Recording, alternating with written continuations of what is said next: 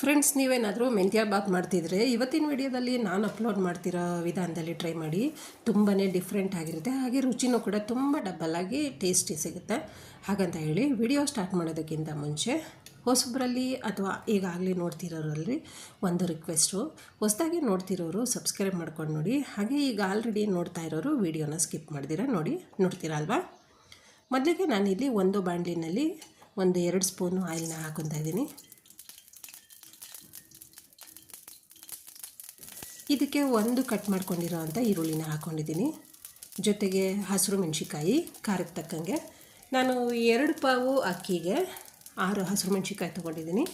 ಜೊತೆಗೆ 1 ಬೆಳ್ಳುಳ್ಳಿ. ನೀವು ಖಾರ ನೋಡಿಕೊಂಡು ಖಾರ ಜಾಸ್ತಿ ತಿನ್ನೋರು ಇನ್ನೊಂದೆರಡು ಎಕ್ಸ್ಟ್ರಾ ಹಾಕ್ಕೊಳ್ಳಿ. ಜೊತೆಗೆ ಸ್ವಲ್ಪ ಚಕ್ಕೆ ಪೀಸು. ಇಷ್ಟನ್ನ 1 ನಿಮಿಷ ತನಕ ಫ್ರೈ ಮಾಡ್ಕೊಳ್ಳಿ.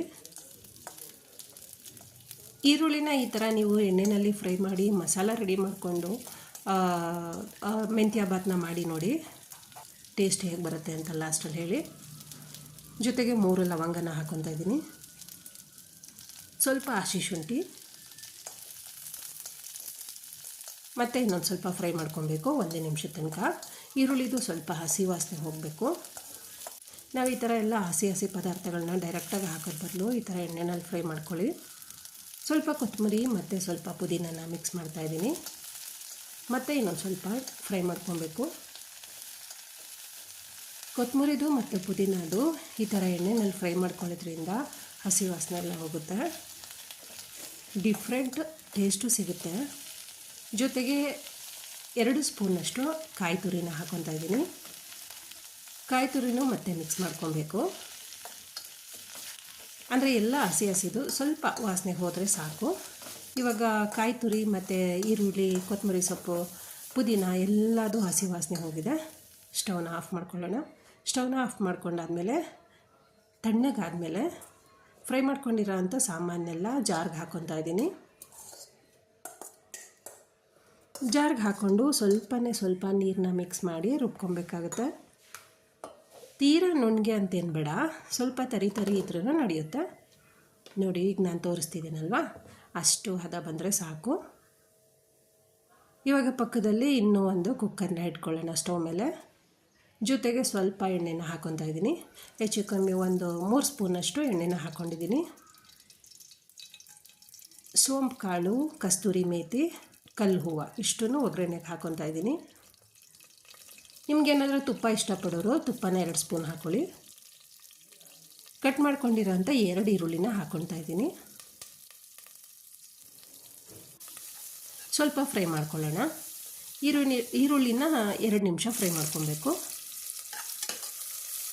ಅಂದರೆ ಈರುಳ್ಳಿದು ಹಸಿ ವಾಸನೆ ಹೋಗೋ ತನಕ ಫ್ರೈ ಮಾಡಿಕೊಂಡ್ರೆ ಸಾಕು.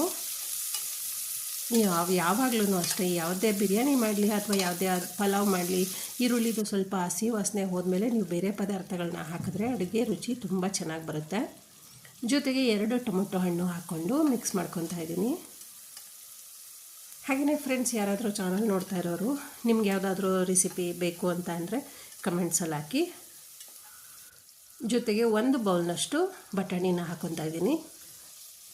ನಾನು ಒಣಗಿರೋ ಬಟಾಣಿನ ರಾತ್ರಿ ನೆನೆಸಿಟ್ಟು ಬೆಳಗ್ಗೆ ಮಿಕ್ಸ್ ಮಾಡ್ಕೊತಾ ಇದ್ದೀನಿ.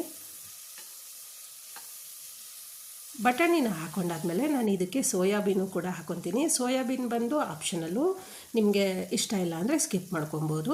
ಸೋಯಾಬೀನ್ನ ನಾನು ಬಿಸಿನೀರಿನಲ್ಲಿ 5 ನಿಮಿಷ ನೆನೆಸಿ ಅದನ್ನು ಚೆನ್ನಾಗಿ ಹಿಂಡಿ ಆಮೇಲೆ ಮಿಕ್ಸ್ ಮಾಡ್ಕೊತಾ ಇದ್ದೀನಿ. ಸೋಯಾಬೀನು ಹಾಕಿದ್ಮೇಲೆ ಮತ್ತೆ 2 ನಿಮಿಷ ತನಕ ಎಣ್ಣೆಯಲ್ಲಿ ಫ್ರೈ ಮಾಡ್ಕೊಳ್ಳಿ. ಯಾಕಂದರೆ ಸೋಯಾಬೀನು ಮತ್ತು ಬಟಾಣಿ 2 ನಿಮಿಷ ಎಣ್ಣೆಯಲ್ಲಿ ಚೆನ್ನಾಗಿ ಫ್ರೈ ಆಗಬೇಕಾಗತ್ತೆ. ಇದಕ್ಕೆ ಕಟ್ ಮಾಡ್ಕೊಂಡಿರೋ ಅಂಥ ಮೆಂತ್ಯ ಸೊಪ್ಪನ್ನ ಹಾಕ್ಕೊತಾ ಇದ್ದೀನಿ. ಮೆಂತ್ಯ ಸೊಪ್ಪನ್ನ ಕಟ್ ಮಾಡಿ ನೀರಲ್ಲಿ ವಾಶ್ ಮಾಡಿಟ್ಕೊಂಡಿದ್ದೀನಿ. ಮೆಂತ್ಯ ಸೊಪ್ಪನ್ನ ಹಾಕಿದ್ಮೇಲೆ ಮತ್ತೆ 2 ನಿಮಿಷ ಚೆನ್ನಾಗಿ ಫ್ರೈ ಮಾಡ್ಕೊಬೇಕು.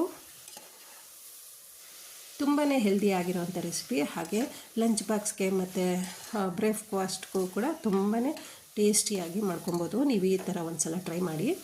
ಈಗ ರುಬ್ಕೊಂಡಿರೋಂಥ ಮಸಾಲಾನ ಮಿಕ್ಸ್ ಮಾಡ್ಕೊತಾ ಇದ್ದೀನಿ. ಜೊತೆಗೆ ಜಾರ್ಗೆ ಸ್ವಲ್ಪ ನೀರು ಹಾಕಿ ಅದನ್ನು ಮಿಕ್ಸ್ ಮಾಡ್ಕೊಳ್ಳೋಣ.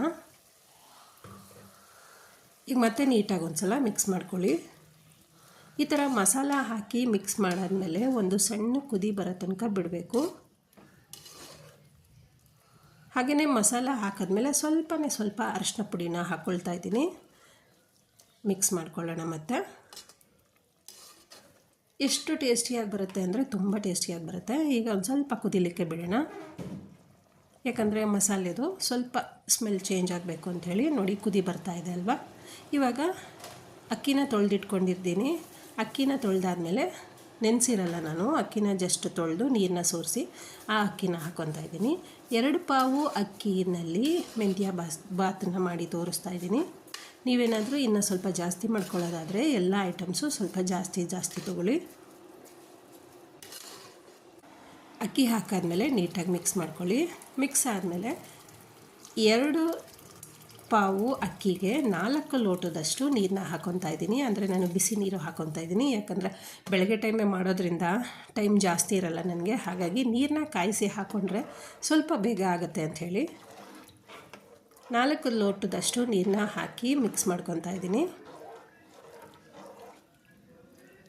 ಈಗ ರುಚಿಗೆ ತಕ್ಕಷ್ಟು ಉಪ್ಪನ್ನ ಹಾಕಿ ಮತ್ತೆ ಮಿಕ್ಸ್ ಮಾಡ್ಕೊಳ್ಳೋಣ.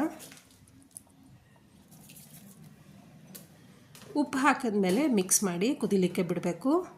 ಉಪ್ಪು ಹಾಕಿದ ತಕ್ಷಣ ನೀವು ಯಾವುದೇ ಕಾರಣಕ್ಕೂ ಕುಕ್ಕರ್ ವಿಷಲ್ನ ಕ್ಲೋಸ್ ಮಾಡಬೇಡಿ, ಯಾಕಂದರೆ ಮಸಾಲೆ ಏನಿರುತ್ತೆ ಅದು ಎಲ್ಲ ಬರೀ ಮೇಲ್ಗಡೆ ನಿಂತಿರುತ್ತೆ. ತಕ್ಷಣ ವಿಷಲ್ ಕ್ಲೋಸ್ ಮಾಡಬೇಡಿ.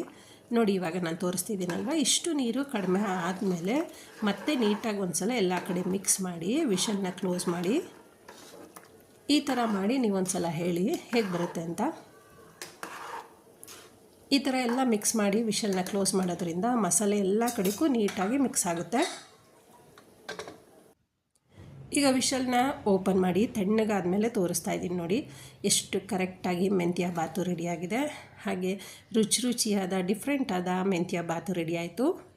ಫ್ರೆಂಡ್ಸ್, ನೀವೇನಾದರೂ ಹೊಸದಾಗಿ ನೋಡ್ತಿರೋರಾದರೆ ಚಾನಲ್ನ ಸಬ್ಸ್ಕ್ರೈಬ್ ಮಾಡ್ಕೊಳ್ಳಿ. ಹಾಗೆಯೇ ಇವತ್ತಿನ ವಿಡಿಯೋ ನಿಮ್ಗೆ ಇಷ್ಟ ಆಗಿದರೆ ದಯವಿಟ್ಟು ಲೈಕ್ ಮಾಡಿ, ಶೇರ್ ಮಾಡಿ, ಸಬ್ಸ್ಕ್ರೈಬ್ ಮಾಡಿ. ಹಾಗೆ ನಿಮ್ಮ ಫ್ಯಾಮಿಲಿ ಮೆಂಬರ್ಸ್ಗೂ ಮರಿತೀರಾ ಈ ವಿಡಿಯೋನ ಶೇರ್ ಮಾಡ್ತೀರಾ ಅಲ್ವಾ. ಮತ್ತೆ ಮುಂದಿನ ವಿಡಿಯೋದಲ್ಲಿ ಸಿಗೋಣ. Thank you.